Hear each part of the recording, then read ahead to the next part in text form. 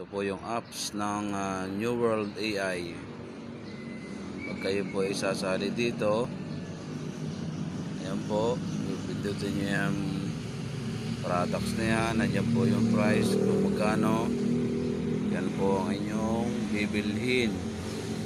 Pero bago nyo bilhin yan, kailangan nyo muna po pumunta dito sa recharge. Ito po yan, recharge. Lalagay nyo yung amount na perang ipapasok nyo. Mamimili kayo kung Maya, GCash, Tumaya, GCash online. Yan po, mamimili po kayo diyan.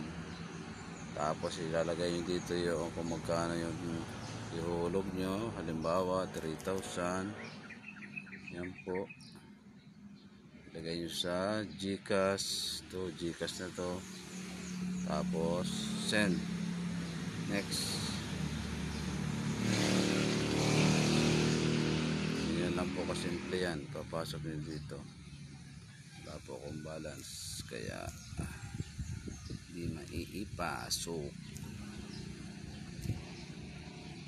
Ito po ang aking investment, 2,000, at ang balance ko po ay 334.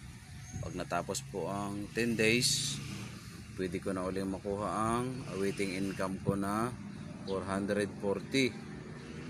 Tataas po yung 440 at saka 2,000. Pupunta po yan dito sa balance.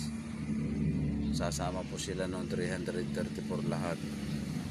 Di bale, yan na pong tubo ko, itong 440 at 334. Yan po ang tubo ng 2,000 ko. Kaya ano pang iniintay nyo?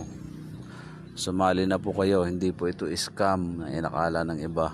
Ito po ay legit.